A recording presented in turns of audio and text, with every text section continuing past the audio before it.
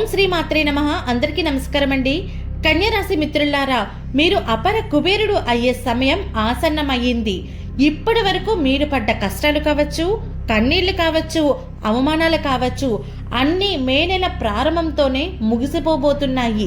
మీ జాతక చక్రం తిరగబడింది. మే నెల 1, 2, 3, 4, 5 తేదీలు మీ జీవితంలో సువర్ణ అక్షరాలతో లిఖించబడ్డ రోజులని చెప్పాలి. ఈ 5 రోజులు 5 అద్భుతమైన శుభవార్తలు మీ తలుపు తట్టబోతున్నాయి. అసలు ఈ మార్పు ఎందుకు జరుగుతోంది?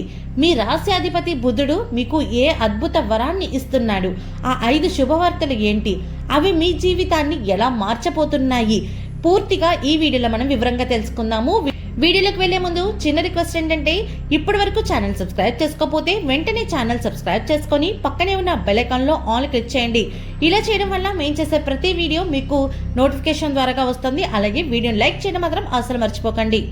ఈ వీడియో చూశాక మీలో ఒక కొత్త ఆశ, కొత్త ఉత్సాహం రావడం ఖాయం. ఎక్కడ స్కిప్ చేయకండి, ఎందుకంటే 5వ శుభవార్త మీ జీవితాన్ని మార్చే బంపర్ న్యూస్. ఈ కన్యారాశి వారికి మే నెలలో భాగ్యస్థానం చాలా బలంగా ఉంది. గురుగ్రహం యొక్క అనుగ్రహం మీపై పడింది. దీనివల్ల ఇన్నాళ్ళుగా నిలిచిపోయిన పనులు వేగవంతం అవుతాయి. శనిదేవుడు మీ శ్రమకు తగ్గ ఫలితాన్ని ఇవ్వాలని నిర్ణయించుకున్నాడు. మీరు గమనించారా? గత 6 నెలలుగా మీరు అనుభవిస్తున్న ఆర్థిక ఇబ్బందులను ఒక్కసారి గుర్తు చేసుకోండి. అప్పులు పెరిగిపోయాయి, రావలసిన డబ్బు అందడం లేదు కదా. కానీ మే 1వ తేదీ ఉదయం మీరు నిద్ర లేవగానే ఒక పాజిటివ్ ఎనర్జీని గమనిస్తారు. ఆ మార్పుకు కారణం గ్రహాల కలయిక. దీని గురించి మరింత లోతుగా చర్చిద్దాం. మే 1వ తేదీన మొదటి శుభవార్త రాబోతుంది. మీ ఆర్థిక స్థితికి సంబంధించినది. ఇన్నాళ్ళుగా రాకుండా మొండి బకాయిలు, మిగిలిపోయిన డబ్బు ఏదైతే ఉన్నాయో అకస్మాత్తుగా మీ చేతికి అందుతుంది. లేదా మీరు పెట్టిన పెట్టుబడులు ఊహించని లాభాలు కనిపించే అవకాశం ఉంది. మే 2వ తారీఖు ఉద్యోగస్తులకు మాత్రం సువర్ణ అవకాశం అని చెప్పాలి. నిరుద్యోగులు ఎవరైతే ఉన్నారో, నిరుద్యోగులు కోరుకున్న ఉద్యోగం రావడం లేదని, ఉద్యోగంలో ఉన్నవారికి ప్రమోషన్ రావట్లేదని పై అధికారులకు ప్రశంసలు దక్కుతాయి. మే 3వ తారీఖు కుటుంబంలో సౌఖ్యం. ఇంట్లో వివాదాలు తొలగిపోయి పెళ్లి ప్రయత్నాలు చేసేవారికి సంబంధం కుదురుతుంది. సంతాన ప్రాప్తి కోసం ఎదురు చూసేవారికి తీపి కబురు అందుతుంది. అలాగే భార్యాభర్తల మధ్య ఏమైనా గొడవలుంటే అవన్నీ కూడా తొలగిపోయి మీ దాంపత్యం అనేది చాలా చక్కగా ఉండబోతూ ఉంది. మే 4వ తారీఖు శత్రుజయం. మీపై కుట్రలు చేసేవారు, మీకు వెన్నుపోటు పొడిచేవారు మీ పాదాల దగ్గరికి వస్తారు. కోర్టు కేసులు లేదా లీగల్ సమస్యలు మీకు అనుకూలంగా మారే అవకాశం ఉంది. మే 5వ తారీఖు భూమి లేదా వాహన యోగం కనిపిస్తోంది. ఇది అన్నిటికంటే పెద్ద శుభవార్త. ఇల్లు లేని వారికి కొత్త ఇల్లు కొనడం కానీ, వాహనం కొనుగోలు కానీ బలంగా కనిపిస్తుంది. అలాగే ఎవరైనా గృహప్రవేశం చేసుకోవాలన్నా, శంకుస్థాపన చేసుకోవాలన్నా సరే మీకు మంచి రోజులు రాబోతూ ఉన్నాయి.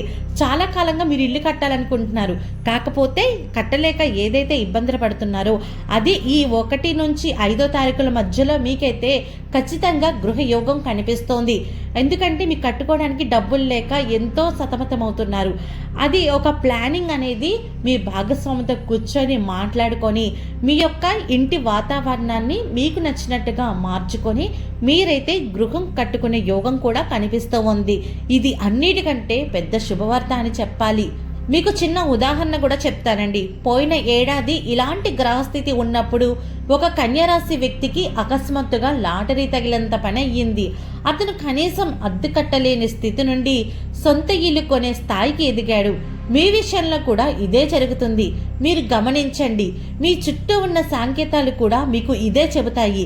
మీకు ఈ మధ్య కలలో పచ్చని చెట్లు లేదా నీళ్లు కనిపిస్తున్నాయా? అయితే అదృష్టం మీ వెంటే ఉంది.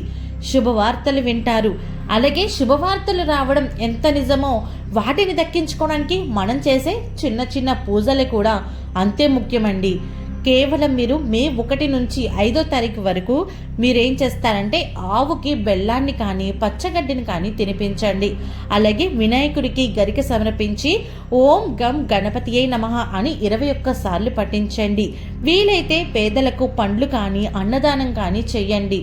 ఇలాంటివి చేయడం వల్ల మీకున్న అడ్డంకులన్నీ తిరిగిపోయి మీకైతే అన్ని విధాలుగా చక్కగా ఉంటుంది. అలాగే కన్యారాశి మిత్రులారా, ఈ 5 రోజులు మీ జీవితంలో మరుపురానివని, ఈ అద్భుతమైన సమయాన్ని వృధా చేసుకోకండి. ఈ వీడియోని మీ ఫ్రెండ్స్కి కూడా షేర్ చేయండి. మీకు ఏ శుభవార్త ముందుగా వచ్చిందో కామెంట్ బాక్స్లో తెలియచేయండి. అలాగే ఛానల్ సబ్స్క్రైబ్ చేసుకోవడం మాత్రం అస్సలు మర్చిపోకండి. కింద కామెంట్ సెక్షన్లో ఓం శ్రీ మాత్రే నమః అని కామెంట్ చేయండి. సర్వేజన సుఖినో భవంతు.